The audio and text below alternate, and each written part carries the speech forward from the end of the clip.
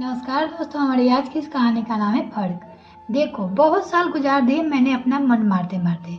अब मुझे नहीं रहना इन सब के साथ। आखिर मेरी भी कोई जिंदगी है या नहीं? कब तक तुम्हारे माँ पापा की सेवा करती रहूंगी? आज अंकिता अपने पति उमेश के घर आते ही इस पर बरस पड़ी। क्या बकवास कर रही हो अंकिता? ये फितूर तुम्हारे दिमाग में किसने भर दिया? सोचना ही मत कि मैं अपने परिवार को छोड़ दूंगा। उमेश अंकिता को इस व्यवहार से बहुत हद प्रभाव था, क्योंकि आज से पहले अंकिता ने कभी ऐसी बात नहीं कही। क्यों क्यों छोड़ सकते हैं इन लोगों को? मैं तुम्हारी पत्नी हूँ और पति पत्नी का रिश्ता सब रिश्ते से ऊपर होता है। तुम्हें नहीं पता तो जाकर अपनी माँ से पूछ लो। अंकिता तेज आवाज से बोली। बहू बेटे के झगड़े की तेज आवाज सुनकर कमला जी भी उनके कमरे में तक आ गई। क्या बवाल मचा रखा है आज घर में? आखिर बात क्या है जो तुम इन दोनों से लड़ रहे हो? कमला जी आंखों तैरते हुए बोली। कमला जी को देखकर अंकिता जी उनकी और आई और बोली, माँ जी अच्छा हुआ आप आ गए। आप ही समझाओ अपने बेटे को। मेरी बात तो ये समझने ही नहीं। मैं इनकी पत्नी हूँ, मेरी खुशी का ख्याल रखना इनका फर्ज है कि नहीं? कह दो इनसे कि चुपचाप मेरी बात मान ले और अलग घर ले ले। अंकिता की बात सुनकर कमला जी सकते हैं आ गई। ये क्या बकवास कर रही हो बहू? तुम्हारा दिमाग तो खराब नहीं हो गया है क्या? मेरे बेटे को उल्टी पट्टी बता रही हो? ये क्या इस दिन के लिए इससे पाला पोसकर बड़ा किया था कि बुढ़ापे में हम सबको छोड़कर बीवी के पल्लू पकड़कर चला जाए? क्या कमी है तुझे इस घर में? माँ जी, मुझे 5 साल हो गए आप लोगों के साथ रहते रहते। ना अपनी मर्जी से कहीं जा सकती हो, ना ही अपनी मर्जी से कपड़े पहन सकती हो। जितना भी कर लो, कभी किसके मुंह से तारीफ के 2 बार नहीं निकलते। मेरा ही मन करता है अपनी मर्जी से जीने का। क्यों रहूं मैं इस घर में आप सबका काम करने के लिए और सेवा करने के लिए? और आपका आज क्या हो गया? कल आप ही तो नंदोई जी को समझा रही थी कि अपने बेटे को क्यों नहीं समझाती? अंकिता की बात सुनकर कमला जी की आंखों में आगे के कल का दृश्य घूमने लगा।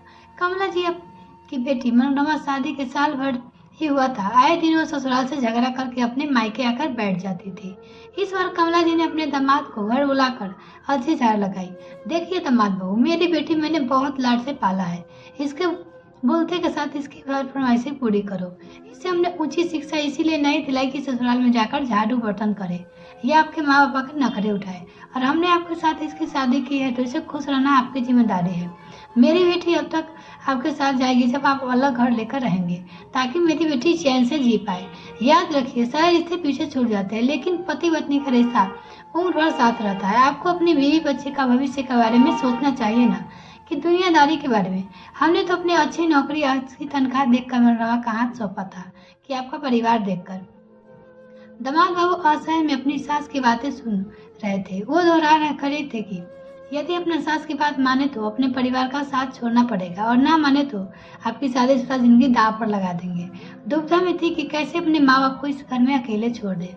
कमला जी की कल की बातें याद ही कर रही थी कि अंकिता फिर जोर से बोली, माँ जी क्या हुआ? आप कुछ बोलती क्यों नहीं? जो बात नंदोई जी को समझा रही थी, अपने बेटों को क्यों नहीं समझाती? अब रमेश अंकिता को अचानक से बदले हुए व्यवहार का कुछ कुछ अंदाजा हो रहा था। इतने में अंकिता ने अपनी सास की नजरें चुराकर अंकिता जी उमेश की तरफ आंख मारी।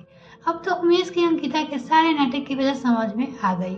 वो आज अलग व्यवहार क्यों कर रही है, लेकिन वो आज अचानक बनते हुए बोले, तब तो अंकिता सही कह रही है माँ, मैं भी थक गया हूँ सारे परिवार का बोझ उठाते उठाते। तनख्वाह कब तक आती है और खर्च हो जाती है पता ही नहीं चलता। अलग से रहूंगा तो कुछ बचत भी होगी। आखिर मुझे भी अपने भविष्य के बारे में सोचना है।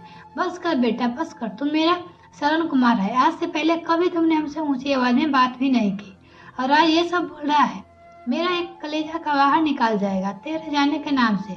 मैं वो तेरी बहन की खुशी के लिए दामाद बाबू को समझा रही थी।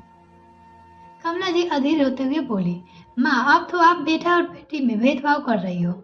माँ के लिए तो उसके सभी बच्चे बराबर होते हैं ना। आपकी बेटी का सुख दिखता है तो मेरे सुख क्यों नहीं दिखाई देता? जब जीजा जी माँ बाप को अकेले रह सकते हैं तो आप लोग क्यों नहीं रह सकते? मुझे भी अपने बारे में कुछ सोचना चाहिए। उमेश संजीदा स्वर में बोला, नहीं बेटा ऐसा मत बोल। इस उम्र में तू अपनी माँ को छोड़कर कैसे जा सकता है? तेरी बिन मैं कैसे किसके सहारे जीऊंगी? मेरा पति मती मारी गई थी कि मैंने अपनी बेटी को समझाने के बजाय दामाद बाबू को उल्टा पट्टी बता रही थी। मैं समझाऊंगी मनोरमा को और दामाद बाबू से माफी मांग लूंगी, लेकिन तू कहीं जाने का बात मत करना बेटा। कमला जी का कलेजा बेटे बहू के जाने के नाम से मुंह में आ गया था। वो बिल्कुल बौखला गई थी। कमला जी की आंखों में पश्चाताप के आंसू थे। माँ की ऐसी हालत देख उमेश और अंकिता से देखी नहीं गई। अंकिता अपनी सास का हाथ पकड़कर बोली, माँ जी हम कहीं नहीं जाएंगे, माँ बाप के बिना भी कोई घर होता है क्या? मैं तो बस आपको समझाना चाहती थी कि आप जो कर रही हो गलत है। नंदोई जी सिर्फ दीदी के लिए अपने पूरे परिवार को कैसे छोड़ दे, जबकि उसकी कोई गलती भी नहीं है। ऐसा तो नहीं है कि दीदी ससुराल वाले उस पर कोई अत्याचार करते हैं। आपकी चंद आज़ादी के लिए परिवार की जिम्मेदारी से आज़ाद होना कोई हल नहीं होता। मैं जिस तरह आपको अपना बेटा प्यारा है, नंदोई जी भी तो किसी के बेटे हैं। आखिर उनके माता पिता किसके सहारे अपनी जिंदगी काटेंगे? परिवार से ही तो घर बनता है ना माँ? तू ठीक बोल रही है बहू। एक माँ होकर मैं दूसरी माँ का दुख नहीं समझ पा रही थी। अलग घर परिवार में थोड़ा असमय हो तो सब लड़कियों को बैठाना पड़ता है। मैं मनोरमा को समझाऊंगी, बस तुम लोग आज के बाद कहीं जाने का बात मत करना।